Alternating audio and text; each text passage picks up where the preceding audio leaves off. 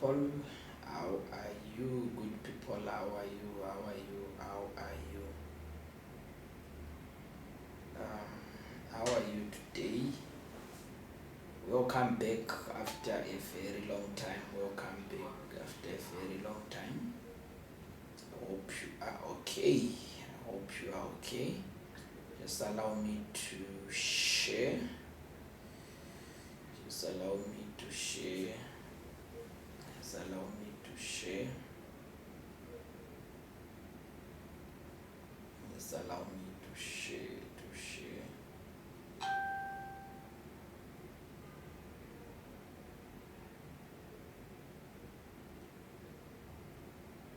Hey, Ines, how are you? How are you? How are you? How is Dubai, guys? How is Dubai? And kids, how are you? How is Dubai? How are you doing that side? I hope you guys you are okay. I hope you guys you are okay that side. So allow me just to share. Allow me just to share. To those who don't know, my name is Remember Gumare from a company called Membi Holdings. We're an accounting firm based in Braamfontein, Johannesburg. It's an accounting, it's a risk management consulting. We offer fiduciary services, we offer business advisory, we offer risk management, we offer tax. Yeah, those are most of the services that we offer. So what we do is almost nearly every Friday we do this thing. We do Facebook Live where we'll be discussing different business topics. So to do me a favor, we have got a website which is membiholdings.com. Those who want to find out more about the services that we offer, we've got a website, membiholdings.com. We are also on Facebook, we are also on Instagram, we are also on Twitter. Yeah, that's what we do, So nearly every Friday. So you can watch our previous recordings. We've discussed a lot of things. So I'm just sharing. If you can do me a favor, you can also share the broadcast. You can also share. So that maybe one or two people may learn some of the things that we do. Yeah, I'm about to finish sharing now. I'm part of a whole lot of groups on Facebook. So yeah, so normally I share on those pages, but some of them they don't allow us to share our stuff there. So still it's okay. So yeah, welcome to our page. Welcome.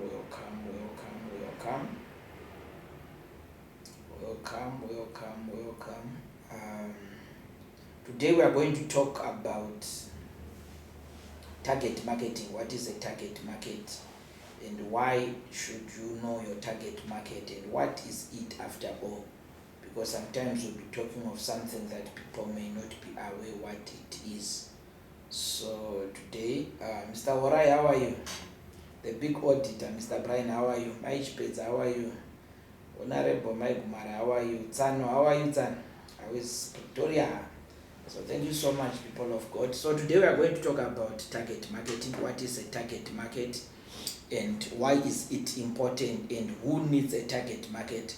So I said a target market is a group of people that have been identified as the most likely potential customers to a product, for a product or a service, because of their shared characteristics such as age, income, and lifestyle. So we are saying a target market is a group of people that has got something in common, and these people might be most likely that they will be your market. If you are selling something, there is a certain type of people that you know that they'll buy. You can't go to something and start to tell them, maybe selling them magwinya. They might not buy those guys from something. But if you come here in Braamfontein, we've got Braamfontein, it's an area full of students. Mr. Makumucha, how are you? The big boss, how is DCAST systems? How are things there at DCAST? So I am saying there is a certain group of people that you have selected and target. These are the people that you know that they are most likely to buy your products. And I said identify the target market is a key part of decision making process when a company designs, packages and advertises its product. So when you have identified your target market, it's easier for you to design a certain product specifically for them. You might be able also to know how to package a certain product for them, and it also helps you in advertising. When you are advertising, you know that these are the type of people that I am going to advertise to. You know, someone once said you can't go to XCOM, you can't go to not XCOM, you can't go to Alaska or Greenland and start to sell them ice. They might not buy. The chances that they won't buy because they're full of ice. That area, Greenland, they are full of ice. No, Greenland, is it Greenland or Iceland? Somewhere there. Those guys who stay in Alaska, up there, where that area is full of ice. You know, you can't go there and say ice for sale here. People won't buy because the weather there, the weather patterns which is there is full of ice. People always experience very cold temperatures. So when you have identified your target market, you know that you need to design a certain product in a certain way. Then when you advertise, you know that there is a certain clientele that you need to target. Someone once said, I haven't seen an advert for Lamborghini on SABC or ETV. At our house we watch ETV. I haven't seen an advert of Lamborghini, which means the guys for Lamborghini, they've identified that, hey, these guys who watches ETV or SABC, they won't buy Lamborghini. So they won't waste their time advertising on SABC because they know that the people who watches the channel, they won't buy. So there are 4 types of target market. You can break down according to demographic. I said these are the main characteristics that define your market. Everyone can identify it as belonging to a certain age group, income level, gender, occupation, and educational level. Which means now if you target according to demographic, which means these people, they are a certain age group, they've got a certain income level, there's a certain gender, maybe it's male, there's a certain occupation, it's an accountant, maybe a certain level of education, like me, maybe they are entering matric. So you have identified a certain group. Number 2 is according to geographic. Geographic usually it's according to the place where they stay. That is the area where they live. Which means demographic, there is a certain products which are bought maybe by people who stays in cold temperatures. There are certain type of people who buy a certain product because these people, they stay in maybe in hot areas. So you identify your target market according to geographical area. Number 3, I said according to physiographic, right? This segment goes beyond the basic of demographic to consider. This is about lifestyle, this is about attitude, right? This is about interests and values. There are certain people who has got a certain value. There are certain people who has got a certain lifestyle that they live. Which means when you are targeting them, you are targeting them because there is a certain lifestyle that they live. There's a certain attitude. They've got certain interest. The last one I said according to behavioral. This is based on the past products or the past behaviors, which means you are targeting people because of their past behaviors. No wonder why if you buy something from shops nowadays. Yesterday we had sports day at church. So the guy said, hey, go and buy soccer balls. I went in a certain shop, right? I bought the soccer ball in a certain shop. When I bought in that shop, they said, can we have your details? After I have left the shop, I received an SMS. thank you for buying from Sports Scene. Which means now, the next time when they want to sell a product or when they are advertising a product, because I am on their database, they'll be easier to send because they realize that I've got interest in soccer or netball, whatever, because I was buying for netball, I was buying for soccer, I was buying for volleyball. So they know that this is a certain behavior that Remember portrays. So these are the 4 types or 4 target markets: demographic, geographic, physiographic, as well as behavioral. So these are the 4 categories. But now, how do you know your target market? Now that we have got these groups, but how do you know your target market? Number 1, I say you need to define your product or a service. Define your product or a service. You need to know the type of product and service that you sell. What do you sell? What products do you sell? What services do you offer? So you need to define your products. That's the first thing. You need to define your product. Number 2, identify the benefits that people can derive from using your product. There are so many products out there, but now you need to people need to identify the benefits. If people are to use your products rather than using product A, what are the benefits? Why should people come to Membi Holdings and not go to, for example, I saw my brother Brian watching here, not going to AMG. Why should people come to C, not go to D? So you need to identify the products. You must be to identify the benefits. You must be able to lay on the table the benefits of why people should come to you. Last time I was talking about unique value proposition. What are you offering which is different from the competitor? Why should people come to you and not to go to supplier A? So you need to know your unique selling product, unique selling proposition. I mean, last time, if you go back and watch our Facebook videos, we did some videos, I think 2 or so, about unique value proposition. Number 3, I said analyze your current customers. Analyze them. Out of the 100 customers that you have got, analyze them. What's their age group? What's their interest?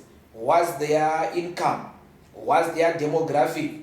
How do they behave? These ones, they'll help you to push your product and to identify your target market. Analyze them. You might realize that there's a certain, maybe there are 2 groups. You might realize that maybe there are 2, most of your clients, if you arrange them according to the demographic, according to the physiographic, according to the behavioral, according to the geographic, you might realize that they are the same. They are almost the same. To us, we know that most of our clients for schools, we've got clients in different categories.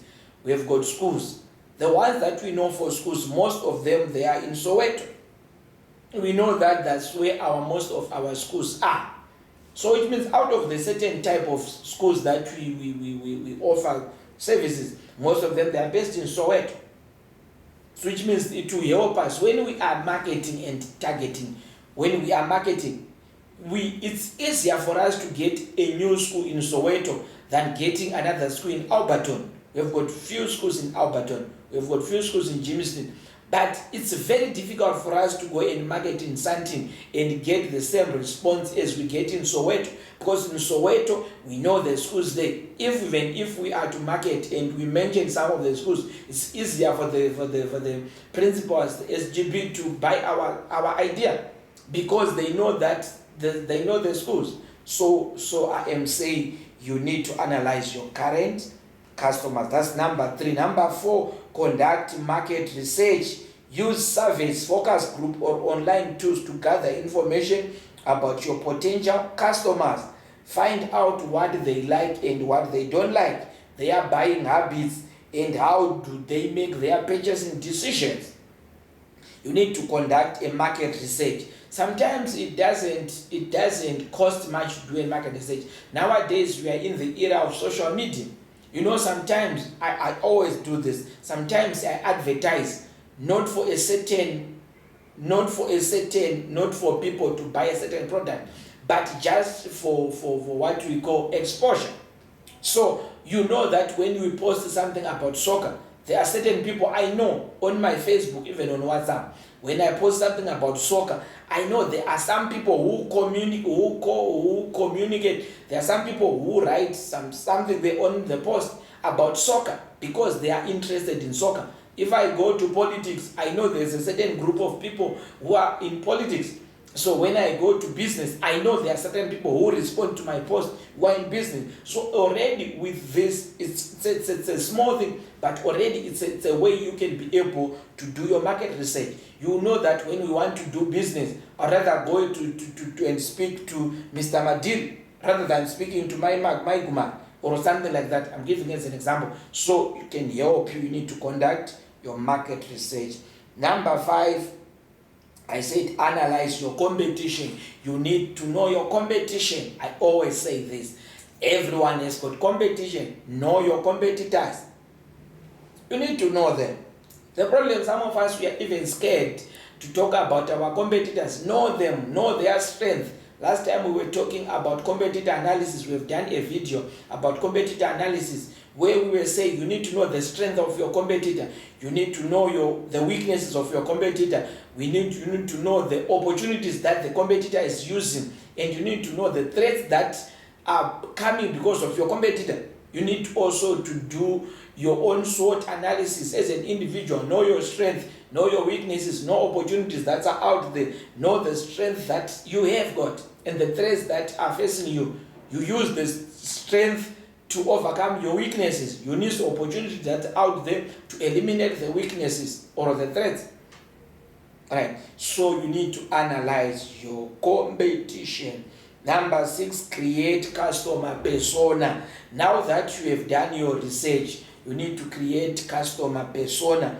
Create a certain type of people to say that my target market will be people in the age 18 to 30. They must be employed. They must be earning so much. Their positions must be so much. As it will be easier. Sometimes we do some specials on company registration. We know that there are certain people that we target, those who are not yet owning companies. We know there's a certain type of people that we target. So it will help you create your own customer personas. You have an ideal customer in your head.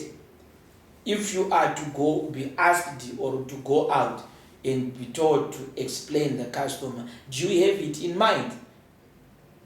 Right? Say, Gibbs, how are you? How are you, Gibb? How are you, my brother?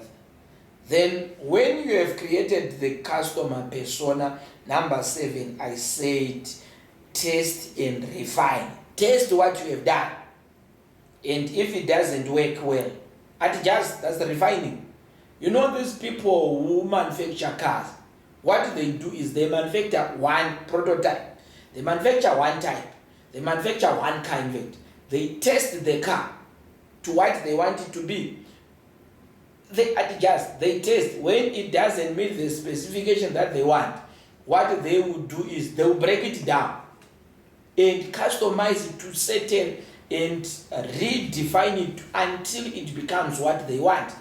When they are happy with the product, that's when they will start with the mass production. You don't start with the mass production if you don't have any prototype or one type that you are happy with. Right. So